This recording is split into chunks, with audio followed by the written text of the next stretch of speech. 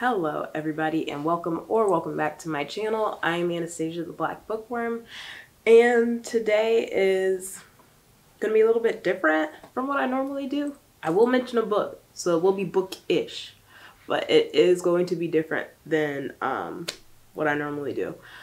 I don't know if you can tell, if you can hear it in my voice, but I am sick, but I'm on like the latter part of it. We've been through it. We've been through the trenches, but we are here. And I kind of just wanted to talk about that a little bit. So if this is your first video, like I said, this is not normally what I do, but you know, feel free to stick around. And just thank you so much for being here. I hope this video finds you well in all senses of the word. And if you are sick, like I am / was, I hope this does a little bit to brighten your day up. But I just wanted to talk to y'all about where I was and what's been going on in my life and why I took a unplanned break. And I think this is more so for me to make me feel better, because I literally answer to nobody when it comes to this channel. It's because I love doing this. I love reading, I love digital media, and that's the whole purpose of this channel. However, I also take this channel very seriously. And so I just wanted to kind of, I guess, touch on where I've been without sharing too much, because a good bit of it is like not my business to share. But this last video that I posted about A Court of Thorns and Roses, editing that video was insane. So I went to Florida. This was so the second to last week of September. I was in Florida for 8 days visiting family, because somebody in my family very close to me had a major surgery. And so I went with my 19-month-old. We went down there, and just because we said that we would, and it's family. So we went down there to help and like take care of the family, make life around the house just easier for everybody. And I was only supposed to be there for like 4 days and ended up being there for 8. And in the midst of that, we left on a Sunday morning. This was the first time I was driving with my toddler just alone, just me and her road tripping.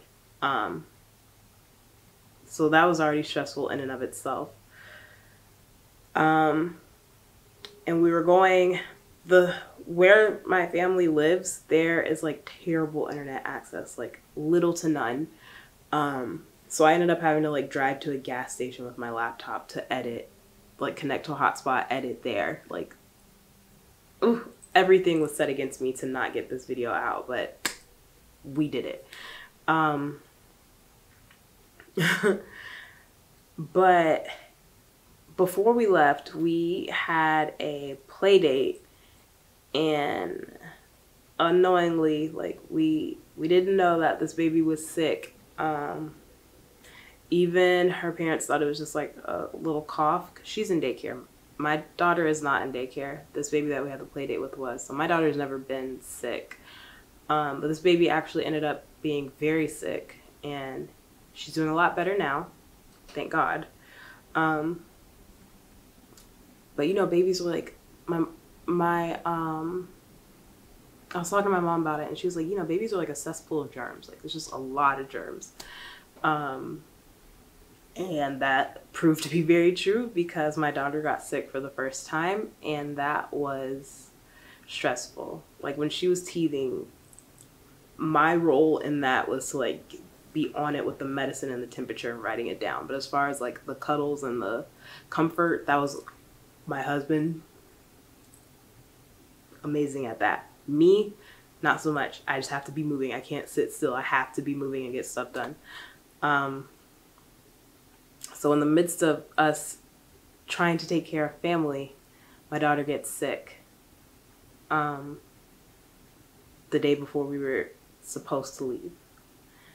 And what ended up happening was a lot of things happened in my family. Everything that could have happened did happen, to the point where nobody was able to come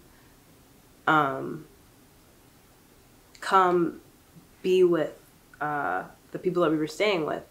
Nobody was able to come be with them. And so we ended up staying, like I said, we ended up staying longer than we had planned. And my daughter got very, very sick. She is better now. Like, she still is, she has a little bit of a cough, but I think she's just trying to cough it all out, and a runny nose. But to see like my very active baby become exhausted and tired and coughing and not eating, and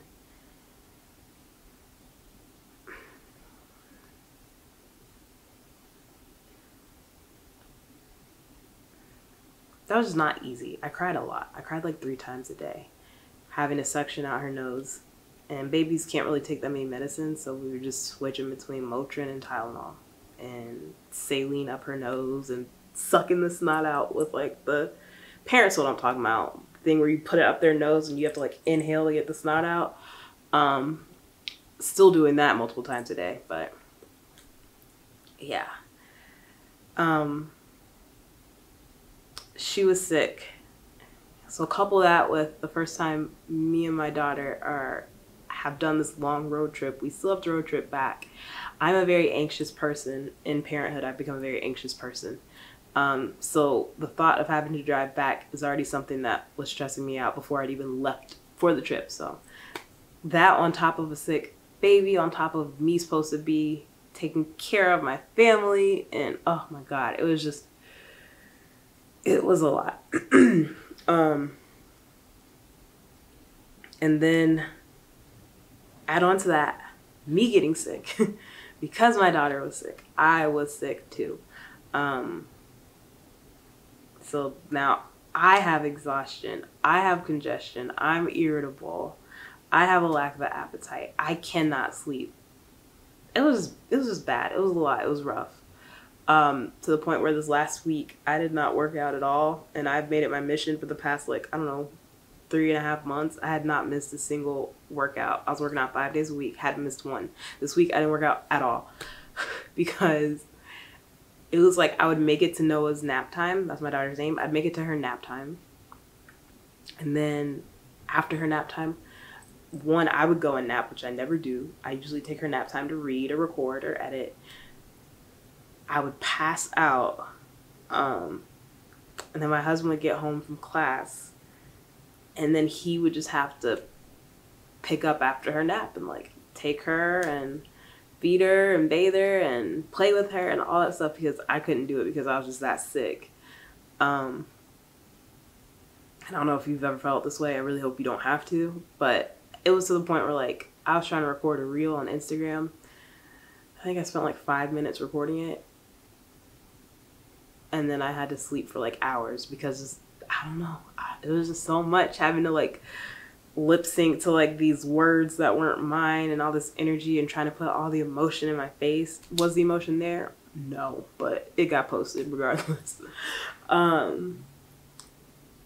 Yeah, so I say all of that to say that's where I've been. I was in Florida with terrible internet access. I'd still planned on recording, but then my daughter got sick, and then I got sick, and I had no energy, and I had to give everything that I had to my daughter, and that just left no room for anything else, except for my comfort read. I ended up picking up this book, Accidentally Engaged by Farrah Heron, and I'm only like halfway through, maybe like 55% of the way through. This book, I don't think under normal circumstances I would like it. It's told in third person POV. It's not dual POV. It's just this one person's POV, and it's not even like first person. It's third person. The story is not exactly like the most riveting thing. It's about Rena and what is this man's name? Nadim. Whose parents kind of set them up for not an arranged marriage, but like for a suggestion of like, hey, you could marry this person. And just to help like their family businesses. It's not really anything that I don't think I would probably like under normal circumstances. However, I started reading it when my daughter was sick and I was sad, and this book it's like a comfort book to me now. So I think when I'm done, I'm probably going to end up giving it like 4 or 5 stars. Under normal circumstances, I would not. But I'm just super appreciative of it. So the least I can do is give it a good rating. But yeah, that was my bookish, like, oh, I did read a little bit, while I was in Florida, like away from my husband, and like just having to go and cry like 3 times a day. This is what got me through it. So yeah, I just felt like I really wanted to explain that. I wanted to be honest and maybe a little bit vulnerable and just say like, this is where I've been.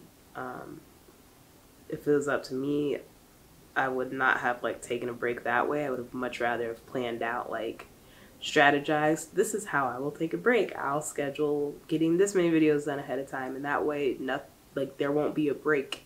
Like people won't know I took a break. Stuff will still come out and I can just rest that way. But that's not what happened. And that's okay. It's life. We got to be flexible. We got to pivot. So that's what I did. But yeah, I just wanted to share that with you all. So if you're still here, if you watched that whole thing, thank you for watching it. Thank you for being here. A special thank you to Jasmine and Fallon, who I talk about Jasmine all the time. I've mentioned Fallon when I was talking about the Ravenhood series. She loves Kate Stewart. But they kept me sane. Fallon bought me a book off my Amazon wish list. And the note, is the note still up here? The note is up here. The note said, I feel like with the little one being sick, you'll need a little distraction. Why not in the form of a cute read? Stay strong, mama. And her @ is best bookshelf ever on Instagram. Oh my God.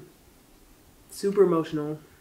She got me The Soulmate Equation by Christina Lauren. It's on my shelf somewhere. I'm not gonna get up and get it. I'm thankful for them because I found friends on the internet and I was able to tell them like what was going on with my life and like my daughter, and just having people that listened and understood and cared was just really nice. So thank y'all. If you haven't already, I promise all the videos aren't like this. Check out some more. See if I'm, your cup of tea. If so, like, subscribe, stick around. I promise mostly bookish things. And I will catch y'all next time. Bye.